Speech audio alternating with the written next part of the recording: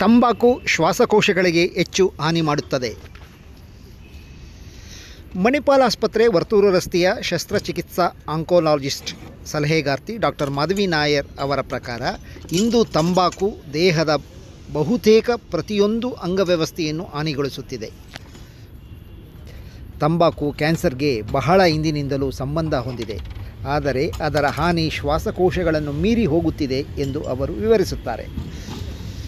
Vaping ಮತ್ತು ಹೊಗೆರಹಿತ ಸೇರಿದಂತೆ ಹೊಸ ರೀತಿಯ ತಂಬಾಕನ್ನು ಡಾಕ್ಟರ್ ನಾಯರ್ ಗಮನ ಸೆಳೆದಿದ್ದಾರೆ.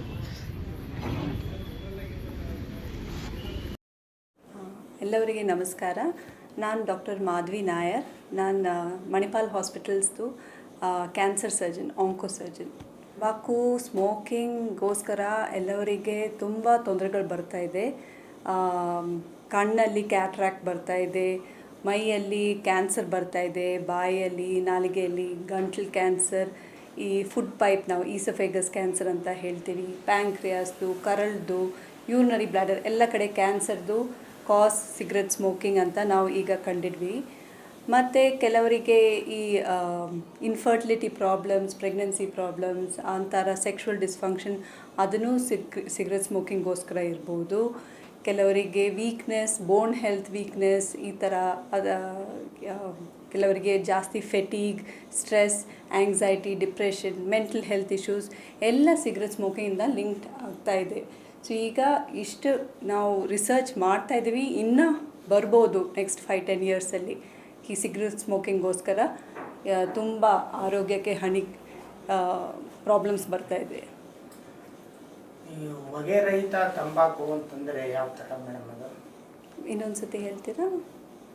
ಸ್ಮೋಕ್ ಬರದೆ ಸಿಗರೆಟ್ಸ್ಗಳು, ವೇಪಿಂಗ್ ಅಂತ, ಈ ಸಿಗರೆಟ್ಸಾ? ಅದು ಆ್ಯಕ್ಚುಲಿ ಇತ್ತೀಚೆಗೆ ಒಂದು ಬರೀ 10 ವರ್ಷ ಆಗಿದೆ ಬಂದಾದಮೇಲೆ. ಈ ಕೋವಿಡ್ ಸಮಯದಲ್ಲಿ ನಾವು ನೋಡಿದ್ದೀವಿ ತುಂಬ ಜಾಸ್ತಿ ಆಗ್ತಾಯಿದೆ. ಅವ್ರು ಹೇಳ್ತಾರೆ ಕೆಮಿಕಲ್ಸ್ ಎಷ್ಟು ಮೈ ಒಳಗಡೆ ಹೋಗ್ತಾ ಇದೆ, ಕೆಮಿಕಲ್ಸ್ ಕಡಿಮೆ ಇದೆ. ಹಾಗಾದರೆ ನಿಕೋಟಿನ್ ಬ್ಲಡ್ಡಲ್ಲಿ ಹೋಗಿರೋದು ನಿಕೋಟಿನ್ ನಾರ್ಮಲ್ ಸಿಗರೆಟ್ಸಿಂದ ಜಾಸ್ತಿ ಇದೆ. ಸೊ ವೇಪಿಂಗ್ ಮಾಡಿದ್ರೇನು, ಸಿಗರೆಟ್ ಸ್ಮೋಕಿಂಗ್ ಮಾಡಿದ್ರೇನು ಎಡಿಕ್ಷನ್ ಬಂದೇ ಬರುತ್ತೆ. ಆ್ಯಂಡ್ ನಿಕೋಟಿನ್ ಎಡಿಕ್ಷನ್ ನಿಲ್ಲಿಸೋಕ್ಕೆ ತುಂಬ ಕಷ್ಟ ಆಗುತ್ತೆ. ಸೊ ಅದಕ್ಕೆ ಪ್ರೊಫೆಷ್ನಲ್ ಹೆಲ್ಪ್ ಎಲ್ಲ ತಗೋಬೇಕಾಗುತ್ತೆ. ಸೊ ವೇಪಿಂಗ್ ಸೇಫರ್ ಅಂತ ನಾವು ಹೇಳಲ್ಲ. ವೇಪಿಂಗ್ ಅಕಸ್ಮಾತ್ ನಿಮಗೆ ಸಿಗರೆಟ್ ಸ್ಮೋಕಿಂಗ್ ನಿಲ್ಲಿಸಬೇಕು, ನಿಮಗೆ ತಡೆಯೋಕ್ಕಾಗ್ತಾ ಇಲ್ಲ, ಅದಕ್ಕೋಸ್ಕರ ಕೆಲವರು ವೇಪಿಂಗ್ ಮಾಡ್ತಾರೆ ಸೆಸೇಷನ್ಗೆ. ಸ್ವಲ್ಪ ವೇಪಿಂಗ್ ಮಾಡಾದಮೇಲೆ ಫುಲ್ ಸ್ಟಾಪ್ ಮಾಡೋಕ್ಕೆ.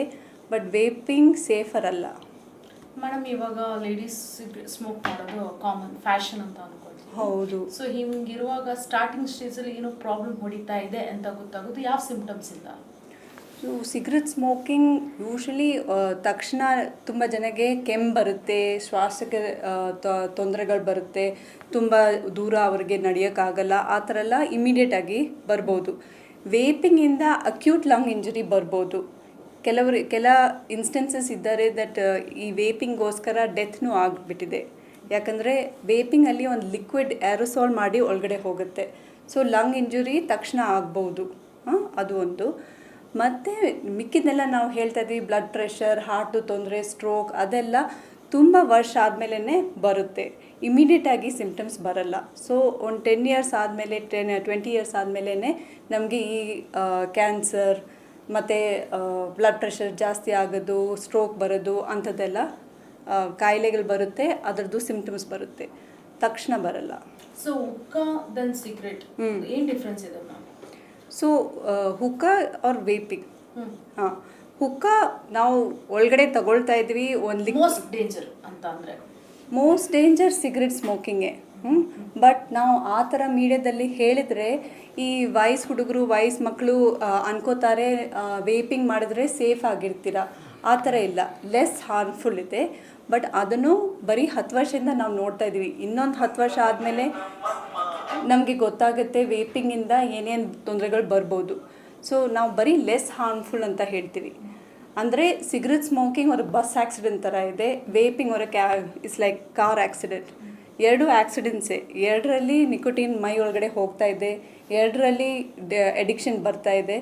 ಬಟ್ ಮೇ ಬಿ ವೇಪಿಂಗಲ್ಲಿ ಕೆಮಿಕಲ್ಸ್ ಸ್ವಲ್ಪ ಕಡಿಮೆ ಇದೆ, ಟಾರ್, ಕೋಲ್ ಅದೆಲ್ಲ ಸ್ವಲ್ಪ ಕಡಿಮೆ ಇದೆ. ಈ ಕ್ಲಾಸಿಕ್ ಸಿಗರೆಟ್ಸಲ್ಲಿ ಸ್ವಲ್ಪ ಜಾಸ್ತಿ ಇರುತ್ತೆ. ಸೊ ಈ ಸೆಲೆಬ್ರೇಷನ್ ಅಂತ ಮಾಡ್ತಾ ಇರ್ತೀವಿ ಮ್ಯಾಮ್, ಹೌದು. ಇಯರ್ಲಿ ಒನ್ಸ್ ಮಾಡೋದು ಕಾಮನ್. ಸೊ ಮೆಜಾರಿಟಿ ಪರ್ಸೆಂಟೇಜ್ ಕಮ್ಮಿ ಆಗಿದೆಯಾ ತೀರಾ ಹೈ ಆಗಿದೆಯಾ ನಿಮ್ಮ ಪ್ರಕಾರ ತಂಬಾಕು ಸೇವನೆ ಅಂತ ಬಂದಾಗ? ತಂಬಾಕು ಸೇವನೆ ಇಂಪಾರ್ಟೆಂಟ್ ಇದು, ಅದಕ್ಕೆ ನಾವು ಸ್ವಲ್ಪ ಪಾಸಿಟಿವ್ ಆಗಿ ಇರಬೇಕು, ಮಾಡ್ತಾ ಇದ್ದಿರಬೇಕು. ಬಟ್ ಇತ್ತೀಚೆಗೆ 2019ಇಂದ ಸ್ವಲ್ಪ ವೇಪಿಂಗ್ ಜಾಸ್ತಿ ಆಗಿದೆ ಈ ನ್ಯೂ ಜನ್ರೇಷನಲ್ಲಿ. ಅದಕ್ಕೆ ನಾವು ಸ್ವಲ್ಪ ಜಾಸ್ತಿ ಅವೇರ್ನೆಸ್ ಕೊಡಬೇಕು, ನಾವು ಜಾಸ್ತಿ ಎಜುಕೇಟ್ ಮಾಡಬೇಕು, ಈ ವಯಸ್ಸು ಮಕ್ಕಳಿಗೆ ತಿಳಿಸ್ಬೇಕು ಇದು ಸೇಫ್ ಅಲ್ಲ, ಇದರಲ್ಲಿ ತುಂಬ ತೊಂದರೆಗಳು ಬರ್ಬೋದು ನಿಮ್ಮ ಆರೋಗ್ಯಕ್ಕೆ. ಸೊ ಆ ಥರ ಅವೇರ್ನೆಸ್ ಒಂದಿನ ಅಲ್ಲ, ಸ್ವಲ್ಪ ಒಂದಿನ ಸ್ಟಾರ್ಟ್ ಮಾಡಿ ಒಂದು ಪೂರ್ತಿ ತಿಂಗಳ ಮಾಡಬೇಕು. ಸೊ ಇತ್ತೀಚೆಗೆ ಮಕ್ಳ ಕೈಗೆಲ್ಲ ಈ ಉಕ್ಕಾ ಪ್ಯಾಟರ್ನ್ ಎಲ್ಲ ಸಿಗೋದು ತುಂಬಾ ಈಸಿ ವೇ. 7th 6th ಮಕ್ಳ ಕೈಯಲ್ಲೆಲ್ಲ ಸಿಗ್ತಾ ಇದೆ. ಸೊ ಇದಕ್ಕೆ ಗೌರ್ಮೆಂಟ್ ಏನು ರೂಲ್ಸ್ ತಗೊಳ್ಬೇಕು ಅಂತ ಹೇಳ್ತೀರಾ? ಸದ್ಯಕ್ಕೆ ಒಂದು ರೂಲ್ ಇದೆ ಗೌರ್ಮೆಂಟ್ ಸೈಡಿಂದ, ಈ ಸ್ಕೂಲ್ಸ್ ಹತ್ರ, ಪಾರ್ಕ್ಸ್ ಹತ್ರ ನಾವು ಸಿಗರೆಟ್ ಸೇಲ್ ಶಾಪ್ಸ್, ಅಂಗಡಿಗಳಲ್ಲಿ ಸಿಗರೆಟ್ ಸೇಲ್ ಮಾಡಬಾರ್ದು. ಬಟ್ ಅದು ಯಾರು ಚೆಕ್ ಮಾಡ್ತಾ ಇದ್ದಾರೆ, ಅದು ಫೈನ್ ಏನದು, ಅದು ಪ್ರಾಕ್ಟೀಸ್ ಆಗಿ ಇದೆಯಾ ಬರ್ತಾ ಇದೆ. ಹೌದು, ನಾವು ನೋಡ್ತಾ ಇದ್ದೀವಿ ಈಗ ತುಂಬ ಸ್ಕೂಲ್ಸ್ನೂ ಓಪನ್ ಆಗಿದೆ, ಚಿಕ್ಕ ಚಿಕ್ಕ ಕಿಡ್ಸ್ ಕಾಸಲ್ ಅಂತ ಎಲ್ಲ, ಅದರ ಸುತ್ತಮುತ್ತ ಎಲ್ಲ ಬೀಡಿ ಅಂಗಡಿಗಳು ಕಾಣಿಸ್ತಾ ಇದೆ. ಸೊ ಅಕಸ್ಮಾತ್ ಗೌರ್ಮೆಂಟಿಂದ ಈ ರೂಲ್ ಬಂದಿದೆ, ಸ್ವಲ್ಪ ಸ್ಟ್ರಿಕ್ಟಾಗಿ ಎನ್ಫೋರ್ಸ್ ಮಾಡಬೇಕು, ಫೈನ್ಸ್ ಜಾಸ್ತಿ ಮಾಡಬೇಕು, ಸ್ವಲ್ಪ ಕಷ್ಟ ಆಗಬೇಕು ಮಕ್ಕಳಿಗೆ ಸಿಗೋಕ್ಕೆ. ಮಕ್ಕಳಿಗೇನು ಸ್ವಲ್ಪ ನಾವು ಗೌನಿಸಬೇಕು, ಅವರಿಗೆ ಹೇಳಬೇಕು ಇದೆಲ್ಲ ಏನು ಕೆಟ್ಟ ಅಭ್ಯಾಸ ಮಾಡಬಾರ್ದು. ಆ್ಯಂಡ್ ಯಾರಾದ್ರಿಗೆ ಮನೆಯಲ್ಲಿ ಯಾರಾದರೂ ಸ್ಮೋಕ್ ಮಾಡ್ತಾಯಿದ್ರು ಅಂದ್ರೂ ಮನೆಯಲ್ಲಿ ನಾವು ಮಾಡೋಕ್ಕೆ ಬಿಡಬಾರ್ದು. ಯಾಕಂದರೆ ಮಕ್ಕಳು ನೋಡಿಬಿಟ್ಟು ಅವರಿಗೆ ಸ್ವಲ್ಪ ಇಮಿಟೇಟ್ ಮಾಡೋಕ್ಕೆ ಶುರು ಮಾಡ್ತಾರೆ. ಆ್ಯಂಡ್ ಯಾರಾದರೂ ಕ್ವಿಟ್ ಮಾಡೋಕ್ಕೆ, ಯಾರಾದರೂ ಸಿಗರೆಟ್ ಸ್ಮೋಕಿಂಗ್ ನಿಲ್ಸೋಕ್ಕೆ ಟ್ರೈ ಮಾಡ್ತಾಯಿದ್ದಾರೆ ಅಂದರೆ ಅವರಿಗೆ ಸ್ವಲ್ಪ ಸಪೋರ್ಟ್ ಕೊಡಬೇಕು, ಎಂಕರೇಜ್ಮೆಂಟ್ ಕೊಡಬೇಕು. ಯಾಕಂದರೆ ಅದು ಸ್ವಲ್ಪ ಕಷ್ಟ ತಕ್ಷಣ ಕ್ವಿಟ್ ಮಾಡೋಕ್ಕೆ. ಬಟ್ ಅವ್ರು ಸಪೋರ್ಟ್ ಮಾಡಿ, ಸ್ವಲ್ಪ ಎಂಕರೇಜ್ಮೆಂಟ್ ಮಾಡಿ ಹೆಂಗೋ ಅವರಿಗೆ ಕ್ವಿಟ್ ಮಾಡಿಸ್ಬೇಕು. ಈ ತಂಬಾಕಿನ ಲಕ್ಷಣಗಳೇನು ಮೇಡಮ್? ಕ್ಯಾನ್ಸರ್ ಬರೋದಕ್ಕೆ ಕ್ಯಾನ್ಸರ್ನ ಲಕ್ಷಣಗಳೇನು? ಕ್ಯಾನ್ಸರ್ದು ತಂಬಾಕು ಅಲ್ಲಿ, ಸ್ಮೋಕಿಂಗಲ್ಲಿ ತುಂಬ ಕೆಮಿಕಲ್ಸ್ ಇರುತ್ತೆ. ಆ ಕೆಮಿಕಲ್ಸಲ್ಲಿ ಒಂದು 7,000 ಮೇಲೆ ಕೆಮಿಕಲ್ಸ್ ಇರ್ಬೋದು. ಅದರಲ್ಲಿ ಕೆಲ ಕೆಮಿಕಲ್ಸ್ ನಾವು ಕಾರ್ಸಿನೋಜನ್ಸ್ ಅಂತ ಹೇಳ್ತೀವಿ. ಕಾರ್ಸಿನೋಜನ್ಸ್ ಅಂದರೆ ಆ ಪದಾರ್ಥದಿಂದ ನಮ್ಮದು ಸೆಲ್ದು ಸ್ವಲ್ಪ ಜೆನೆಟಿಕ್ ಮ್ಯೂಟೇಷನ್ ಆಗ್ತಾ ಇದೆ. ಆ ಮ್ಯೂಟೇಷನ್ ಆದಮೇಲೆ ಆ ಸೆಲ್ ಹಾಗೆ ಬೆಳೀತಾ ಇದೆ, ಅದೇ ಕ್ಯಾನ್ಸರು. ಸೊ ನಾವು ನೋಡಿದ್ದೀವಿ 69 ಕಾರ್ಸಿನೋಜನ್ಸ್ ಏನೋ ನಾವು ಕಂಡಿದ್ವಿ, ಅದಕ್ಕಿಂತ ಜಾಸ್ತಿನೂ ಇರ್ಬೋದು. ಇದು ಒಂದು 40 ವರ್ಷ ಆದಮೇಲೆ ನಮಗೆ ಇದೆಲ್ಲ ಸಿಗ್ತಾ ಇದೆ ರಿಸರ್ಚ್ ಬಗ್ಗೆ. ಅದಕ್ಕೆ ವೇಪಿಂಗ್ ಈಗ ಇತ್ತೀಚೆಗೆ ಶುರು ಆಗಿದೆ. ಒಂದು 10-20 ಇಯರ್ಸ್ ಆದಮೇಲೆ ನಮಗೆ ಇನ್ನೂ ಜಾಸ್ತಿ ಗೊತ್ತಾಗುತ್ತೆ. ಬಟ್ ಇದೆ ಕಾರ್ಸಿನೋಜನ್ಸ್ಗೋಸ್ಕರ ನಮ್ಮದು ಬಾಡಿ ಸೆಲ್ಸ್ ಸ್ವಲ್ಪ ಮ್ಯೂಟೇಟ್ ಆಗಿ ಅದು ಕ್ಯಾನ್ಸರ್ ಬೆಳೀತಾ ಇದೆ, ಅದು ಒಂದು. ಮತ್ತು ಕೆಲವರು ಸ್ಮೋಕಿಂಗ್ ಮಾಡಿರೋ ಜನಗಳು ಅವರಿಗೆ ಟ್ರೀಟ್ಮೆಂಟ್ ತಗೊಳ್ಳೋದೂ ತುಂಬ ಕಷ್ಟ ಆಗುತ್ತೆ. ಯಾಕಂದರೆ ನಾವು ಸರ್ಜರಿ ಮಾಡ್ತೀವಿ, ಕೆಲವೊಂದು ಸತಿ 4-5 ಗಂಟೆ ಆಗುತ್ತೆ, ಅದು ಮತ್ತೆ ಕೊಟ್ಟು ನಾವು ಮಾಡ್ತೀವಿ, ಜ್ಞಾನ ತಪ್ಪಿಸಿ ಮಾಡ್ತೀವಿ. ಈ ಸ್ಮೋಕ್ ಮಾಡಿರೋ ಜನಗಳಿಗೆ ಜನರಲ್ ಅನೆಸ್ಥೀಸಿಯಾ ತಗೊಳ್ಳೋಕ್ಕೆ ಸ್ವಲ್ಪ ಕಷ್ಟ ಆಗುತ್ತೆ. ಅವ್ರದ್ದು ಲಂಗ್ಸ್ ತುಂಬ ವೀಕ್ ಇರುತ್ತೆ. ಅವ್ರದ್ದು ಸ್ಮೋಕ್ ಮಾಡೋಗೋಸ್ಕರ ಅವ್ರದ್ದು ಇಮ್ಯುನಿಟಿ ತುಂಬ ಕಡಿಮೆ ಇರುತ್ತೆ, ಅವ್ರದ್ದು ಬಾಡಿ ಹೀಲಿಂಗ್ನೂ ಕಡಿಮೆ ಇರುತ್ತೆ. ಸೊ ನಾವು ಏನು ಕೊಯ್ತೀವಿ, ಒಳಗೆ ಹಾಕ್ತೀವಿ, ಅದೆಲ್ಲ ಅದು ಹೀಲಿಂಗ್ ತುಂಬ ಕಡಿಮೆ ಇರುತ್ತೆ. ಸೊ ಸ್ಮೋಕಿಂಗ್ ಬರೀ ನನ್ನ ಫೀಲ್ಡಲ್ಲಿ ಕ್ಯಾನ್ಸರ್ ಬರೋದೇ ಇಲ್ಲ, ಕ್ಯಾನ್ಸರ್ದು ಟ್ರೀಟ್ಮೆಂಟ್ ಅವರಿಗೆ ತೊಗೊಳಕ್ಕೆ ಕಷ್ಟ ಆಗುತ್ತೆ, ಅವರಿಗೆ ವಾಸಿ ಆಗೋಕ್ಕೆ ಇನ್ನೂ ಕಷ್ಟ ಆಗುತ್ತೆ. ಅದಕ್ಕೆ ನಾವು ಸ್ವಲ್ಪ ಅವೇರ್ನೆಸ್ ಕೊಡ್ತಾ ಇದ್ದೀವಿ ಎಲ್ಲವರಿಗೆ ಆದಷ್ಟು ಸ್ಮೋಕಿಂಗ್ ಬಿಡಿ, ವೇಪಿಂಗ್ ಬಿಡಿ, ಆದಷ್ಟು ನಿಕೋಟಿನ್ದು ಡಿಅಡಿಕ್ಷನ್ ಮಾಡಿಸಿ. ಮೇಡಮ್, ಇವಾಗ ಸ್ಮೋಕಿಂಗ್ ಬಿಡಿ ಅಂತ ಹೇಳಿದ್ರೆ ಕೆಲವು ಪೇರೆಂಟ್ಸ್ಗಳಿಗೆ ಇಮಿಡಿಯೇಟ್ಲಿ ಗೊತ್ತಾಗುತ್ತೆ ಮಕ್ಕಳು ಈ ಥರ ಮಾಡ್ತಾ ಇದ್ದಾರೆ ಅಂತ. ಸೊ ಇಮಿಡಿಯೇಟ್ಲಿ ಸ್ಟ್ರಿಕ್ಟ್ ಮಾಡಿಬಿಡ್ತಾರೆ, ಕೈಗೆ ಸಿಗದಿದ್ದಂಗೆ ಮಾಡಿಬಿಡ್ತಾರೆ. ಸೊ ಅದರಿಂದ ಬೇರೆ ವೇಗೆ ಮಕ್ಕಳು ಬೇರೆ ಪ್ರಾಬ್ಲಮ್ಗಳನ್ನು ಫೇಸ್ ಮಾಡೋದಿರುತ್ತೆ. ಸೊ ಇಮಿಡಿಯೇಟ್ಲಿ ಸ್ಟಾಪ್ ಮಾಡೋದು ಎಷ್ಟು ಟಫ್ ಇದೆ ಇವಾಗ? ಏನಾಗುತ್ತೆ? ಇಮಿಡಿಯೇಟ್ಲಿ ಸ್ಟಾಪ್ ಮಾಡೋದು ಕಷ್ಟ ಇರುತ್ತೆ. ಬಟ್ 3-4 ಪಾಯಿಂಟ್ ಇದೆ. ಒಂದು, ಬಾಡಿದು ಸೀಕಿಂಗ್ ಇರುತ್ತೆ ನಿಕೋಟಿನ್ಗೆ. ಸೊ ಅಕಸ್ಮಾತ್ ನೀವು ಪ್ರೊಫೆಷ್ನಲ್ ಹೆಲ್ಪ್ ತೊಗೊಂಡ್ರೆ, ನಮ್ಮದ್ರಲ್ಲಿ ಪ್ರೊಫೆಷ್ನಲ್ ಸೈಕೋ ಆಂಕಾಲಜಿ ಇದೆ, ನಾವು ಡಿಅಡಿಕ್ಷನ್ ಹೆಲ್ಪ್ ಮಾಡ್ತೀವಿ ಕೆಲವರಿಗೆ. ಸೊ ಅಕಸ್ಮಾತ್ ಅವರಿಗೆ ತುಂಬ ಕ್ರೇವಿಂಗ್ ಇರುತ್ತೆ ಬಾಡಿಯಲ್ಲಿ, ನಾವು ನಿಕೋಟಿನ್ ಪ್ಯಾಚ್ ಎಲ್ಲ ಕೊಡ್ತೀವಿ. ಅಕಸ್ಮಾತ್ ಮಕ್ಕಳು ಜಸ್ಟ್ ಇತ್ತೀಚೆಗೆ ಶುರು ಮಾಡಿದ್ದಾರೆ, ಅಷ್ಟು ಏನು ಎಕ್ಸ್ಪೋಷರ್ ಆಗಿಲ್ಲ, ಅವರಿಗೆ ಅಷ್ಟು ಕ್ರೇವಿಂಗ್ ಇರಲ್ಲ. ಮತ್ತು ಸ್ವಲ್ಪ ಸೈಕಾಲಜಿಕಲ್ ಕಾಂಪೊನೆಂಟ್ನೂ ಇರುತ್ತೆ. ಕೆಲವರಿಗೆ ಟ್ರಿಗರ್ಸ್ ಇರುತ್ತೆ. ಮಕ್ಕಳು ಏನಕ್ಕೆ ಸ್ಮೋಕ್ ಮಾಡ್ತಾ ಇದ್ದಾರೆ, ಅವ್ರು ಟಿ ವಿಯಲ್ಲಿ ನೋಡಿದ್ದಾರೆ, ಏನೋ ಸ್ಟೈಲಿಗೇನು ಮಾಡ್ತಾ ಇದ್ದಾರೆ, ಅವ್ರು ಬೋರ್ ಆಗಿ ಮಾಡ್ತಾ ಇದ್ದಾರೆ, ಯಾರೋ ಮನೆಯಲ್ಲಿ ಮಾಡ್ತಾ ಇದ್ದಾರೆ ಅದು ನೋಡಿ ಮಾಡ್ತಾ ಇದ್ದಾರೆ. ಅದು ಏನು ಟ್ರಿಗರ್ ನಾವು ಫಸ್ಟ್ ಕಂಡಿಡಬೇಕು, ಅದಕ್ಕೆ ನಾವು ಸೊಲ್ಯೂಷನ್ ಕೊಡಬೇಕು. ಮತ್ತು ಈ ಕೌನ್ಸಿಲಿಂಗ್ ಮತ್ತು ಸ್ವಲ್ಪ ಪ್ರೊಫೆಷ್ನಲ್ ಹೆಲ್ಪ್ ಹೋಗೋಕ್ಕೆ ಕೆಲವರು ಜನ ಸ್ವಲ್ಪ ಹೆಸ್ಟೇಟ್ ಮಾಡ್ತಾರೆ, ಯಾಕಂದರೆ ಯಾರು ಹೋಗ್ತಾರೆ ಎಲ್ಲವರಿಗೆ ಗೊತ್ತಾಗುತ್ತೆ. ಅದು ನೀವು ಮಾಡಬಾರ್ದು. ಅಕಸ್ಮಾತ್ ಯಾರಾದರಿಗೆ ಕಷ್ಟ ಇದೆ, ವಯಸ್ಸು ಹುಡುಗರಿಗೂ ವಯಸ್ಸು ಮಕ್ಕಳಿಗೆ ಪ್ರಾಬ್ಲಮ್ ಆಗ್ತಾಯಿದೆ ನಿಲ್ಸೋಕ್ಕೆ, ಆದಷ್ಟು ನೀವು ಕೌನ್ಸಿಲಿಂಗ್ ತೊಗೊಳ್ಳಿ, ಪ್ರೊಫೆಷ್ನಲ್ ಹೆಲ್ಪ್ ತೊಗೊಳ್ಳಿ, ಅವರಿಗೆ ಹೆಲ್ಪ್ ಮಾಡಿ.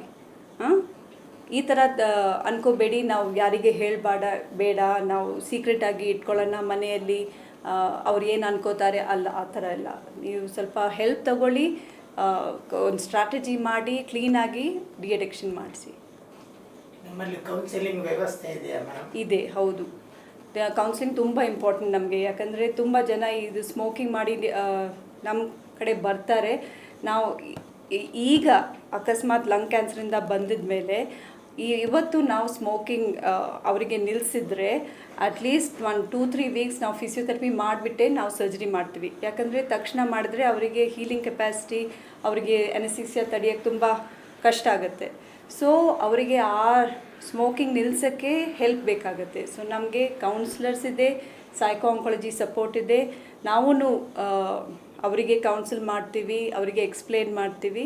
ಆ್ಯಂಡ್ ಅವರಿಗೆ ತುಂಬ ಹೆಲ್ಪ್ ಬೇಕಾಗುತ್ತೆ. ಯಾಕಂದರೆ ಕೆಲವರಿಗೆ ಅದು ಒಂದು ಹ್ಯಾಬಿಟ್ ಆಗುತ್ತೆ, almost part of their life.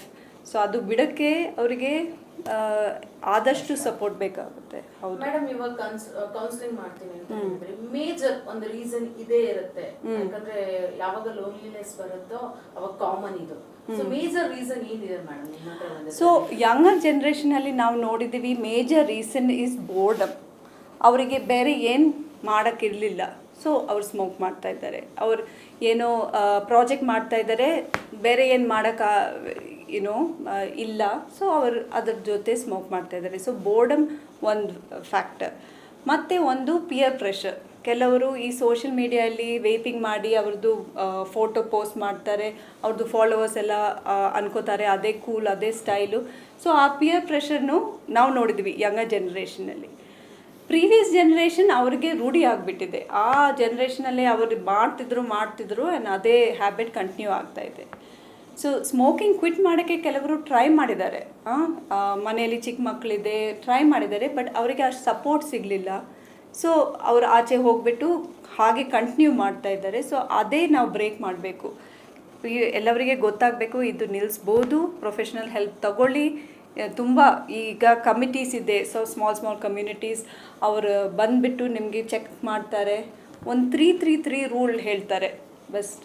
So first 3 days quit ಮಾಡಿ, ಅದಾದಮೇಲೆ 3 ವೀಕ್ಸ್ ಕ್ವಿಟ್ ಮಾಡಿ, ಅದಾದಮೇಲೆ 3 ಮಂತ್ಸ್, ಆ ಥರ ಚಿಕ್ಕ ಗೋಲ್ಸ್ ಕೊಟ್ಟರೆ ಅವರಿಗೆ ಹೆಂಗೋ ಮೀಟ್ ಮಾಡ್ಬೋದು. ಯಂಗ್ಸ್ಟರ್ಗಳು ಕೆಲವರು ನಿಕೋಟಿನ್ ಟ್ಯಾಬ್ಲೆಟ್ ತಗೊಂಡು ಅದನ್ನ ಕ್ವಿಟ್ ಮಾಡೋದಕ್ಕೆ ಟ್ರೈ ಮಾಡ್ತಾರೆ, ಬಟ್ ಆದರೂ ಅದು ಸಕ್ಸಸ್ ಆಗ್ತಾ ಇಲ್ವಲ್ಲ?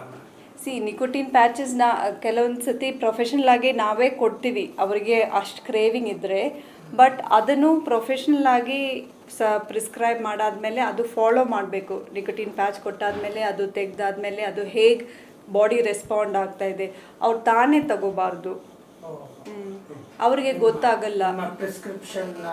ಸೊ ನಾವು ಯೂಶ್ವಲಿ ಪ್ರಿಸ್ಕ್ರಿಪ್ಷನ್ ಮಾಡಲ್ಲ, ನಾವೊಂದು ಟೀಮ್ ಇದ್ದೀವಿ, ಸೈಕೋ ಆಂಕಾಲಜಿಸ್ಟ್, ಕೌನ್ಸಿಲರ್ ಜೊತೆ. ಸೊ ನಾವೊಂದು ಡಿಅಡಿಕ್ಷನ್ ಟೀಮ್ ಥರ ಅವರಿಗೆ ಗೈಡ್ ಮಾಡ್ತೀವಿ. ಸೊ ನಿಮಗೆ ಆ ಯಂಗ್ಸ್ಟರ್ಸ್ ಯಾರು ಕ್ವಿಟ್ ಮಾಡ್ತಾ ಇದ್ದಾರೆ ಅವರಿಗೆ ಸರಿಯಾಗಿ ಗೈಡೆನ್ಸ್ ಸಿಕ್ಕಿದ್ರೆ, ಸಪೋರ್ಟ್ ಸಿಕ್ಕಿದ್ರೆ, ಅಕಸ್ಮಾತ್ ಅವರಿಗೆ ತಕ್ಷಣ ಒಂದು 3 ಮಂತ್ಸ್ ಅವ್ರು ಸ್ಮೋಕ್ ಮಾಡಿಲ್ಲ, ಒಂದಿನ ಅವ್ರು ಸ್ಮೋಕ್ ಮಾಡಿದ್ರು, ಅವ್ರು ಬಂದ್ಬಿಟ್ಟು ಹೇಳ್ಬೋದು. ಆ ಥರ ಸೇಫ್ಟಿ ನೆಟ್, ನನಗೆ ಆಗಲಿಲ್ಲ, ನಾನು ಮಾಡಿದ್ದೀವಿ. ಸೊ ಆ ಥರ ನಾವು ತಿರ್ಗಾ ಹೆಲ್ಪ್ ಮಾಡ್ತೀವಿ. ಅವ್ರಿಗೆ ಭಯ ಇದೆ, ಅವ್ರಿಗೆ ಹೇಳೋಕ್ಕಾಗಲ್ಲ, ಅವ್ರು ಸೀಕ್ರೆಟಾಗಿ ಇಟ್ಟರೆ ತಿರ್ಗಾ ಎಲ್ಲ ಕೊಲಾಪ್ಸ್ ಆಗುತ್ತೆ. ಸೊ ಆ ಸೇಫ್ಟಿ ನೆಟ್ ಬಿಲ್ಡ್ ಮಾಡಬೇಕು. ಅವರಿಗೆ ಏನಕ್ಕೆ ಸಿಗರೆಟ್ ಬೇಕಿತ್ತು, ಏನು ಟ್ರಿಗರ್ ಇತ್ತು, ಅವ್ರು ಮಾಡಿದ್ರೇನು ಓಕೆ ತಪ್ಪಿಲ್ಲ ಬಂದು ಹೇಳಿ ನಾನು ತಿರ್ಗಾ ನಿಮಗೆ ಹೆಲ್ಪ್ ಮಾಡ್ತೀನಿ, ಆ ಥರ ನಾವು ಅವರಿಗೆ ಗೈಡೆನ್ಸ್ ಕೊಡಬೇಕು. ಹೌದು ಮೇಡಮ್, ಪ್ರೆಗ್ನೆಂಟ್ ಲೇಡೀಸ್ಗಳು ಪ್ರಾಬ್ಲಮ್ ಜಾಸ್ತಿ ಇದೆ ಮೇಡಮ್. ಹೌದು, ನಾವು ಪ್ರೆಗ್ನೆನ್ಸಿಯಲ್ಲಿ ನಾವು ತುಂಬ ಸ್ಟ್ರಿಕ್ಟ್ ಇದ್ದೀವಿ. ಎಲ್ಲವರಿಗೆ ಹೇಳ್ತೀನಿ ಆದಷ್ಟು ಸ್ಮೋಕ್ ಮಾಡಬೇಡಿ. ಆ್ಯಂಡ್ ಮಿಕ್ಕಿದ್ದೆಲ್ಲ ಜನ ಯಾರು ಸ್ಮೋಕ್ ಮಾಡ್ತಾ ಇದ್ದಾರೆ ಅವ್ರ ಪಕ್ಕದಲ್ಲಿ ಬೇಡ. ಯಾಕಂದರೆ ಪ್ರೆಗ್ನೆನ್ಸಿ ಟೈಮಲ್ಲಿ ಚಿಕ್ಕ ಮಗು ಫೀಟಸ್ ಅದು ಇನ್ನೂ ಬೆಳೀತಾ ಇದೆ. ಸೊ ಅದರದ್ದು ಆರ್ಗನ್ಸ್ ಎಲ್ಲ ಬರೀ ಫಾರ್ಮ್ ಆಗ್ತಾ ಇದೆ. ಈ ನಿಕಟೀನ್ ಮತ್ತು ಇದೆಲ್ಲ ಕಾರ್ಸಿನೋಜನ್ಸ್ ಎಕ್ಸ್ಪೋಸ್ ಮಾಡಿದ್ರೆ ಸ್ವಲ್ಪ ಡೇಂಜರಸ್. ಸೊ ಈಗಿರೋ ಬ್ಯುಸಿ ಲೈಫಲ್ಲಿ ನಮ್ಮ ಹತ್ರ ಒಂದು ಮೂಢನಂಬಿಕೆ ಇದೆ, ಈ ಸಿಗರೇಟ್ ಸೇರಿದ ಅಂದರೆ ನಮ್ಮ ತಲೆ ತುಂಬ ಶಾರ್ಪ್ ಆಗಿ ಓಡುತ್ತೆ ಅನ್ನೋದು. ಸೊ ಇದ್ರ ಎಷ್ಟು ಮಟ್ಟಿಗೆ ನಿಜ ಅಂತ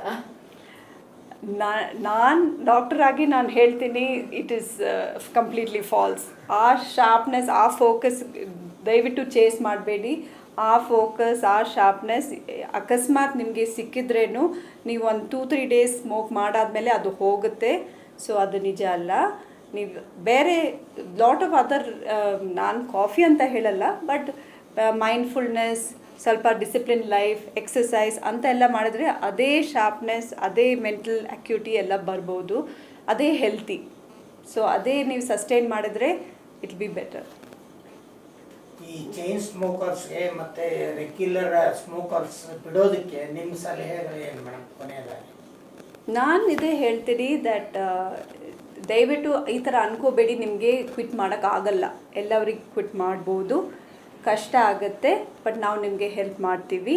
ನೀವು ಫಸ್ಟು ಡಿಸೈಡ್ ಮಾಡಬೇಕು. ಫಸ್ಟ್ ಡಿಸಿಷನ್ ನಾನು ಕ್ವಿಟ್ ಮಾಡ್ತೀನಿ, ಆ ಥರ ಕಮಿಟ್ಮೆಂಟ್ ತೊಗೋಬೇಕು. ನೀವೊಂದು ಕಾರಣ ತೊಗೋಬೇಕು, ನಾವು ಏನಕ್ಕೆ ಕ್ವಿಟ್ ಮಾಡ್ತಾಯಿದ್ವಿ, ನಿಮ್ಮ ಹೆಲ್ತ್ಗೋಸ್ಕರ, ಮಕ್ಕಳಿಗೋಸ್ಕರ ಏನಕ್ಕೆ ನೀವು ಕ್ವಿಟ್ ಮಾಡ್ತಾಯಿದ್ದೀರಾ, ಆ ಕಾರಣ ಸ್ಟ್ರಾಂಗ್ ಇರಬೇಕು. ಮತ್ತು ನೀವು ಪ್ರೊಫೆಷ್ನಲ್ ಹೆಲ್ಪ್ ತೊಗೊಳ್ಳಿ ದಯವಿಟ್ಟು. Chain smokers especially professional help ತೊಗೊಳ್ಳಿ ದಯವಿಟ್ಟು. Don't be embarrassed, seek help. ನಾವು ನಿಮಗೆ ಗೈಡ್ ಮಾಡ್ತೀವಿ, ನಿಮಗೆ ಹೆಲ್ಪ್ ಮಾಡ್ತೀವಿ. ಯಾಕಂದರೆ ಬಾಡಿದು ಕ್ರೇವಿಂಗ್ ಇರುತ್ತೆ, ನಮಗೆ ಗೊತ್ತು, ನಿಮಗೇನು ಕಷ್ಟ ಸಡನ್ಲಿ ಕ್ವಿಟ್ ಮಾಡೋಕ್ಕೆ. ನಾನು ಹೆಲ್ಪ್ ಮಾಡ್ತೀವಿ, ಬಟ್ ಇಟ್ ಈಸ್ ಪಾಸಿಬಲ್.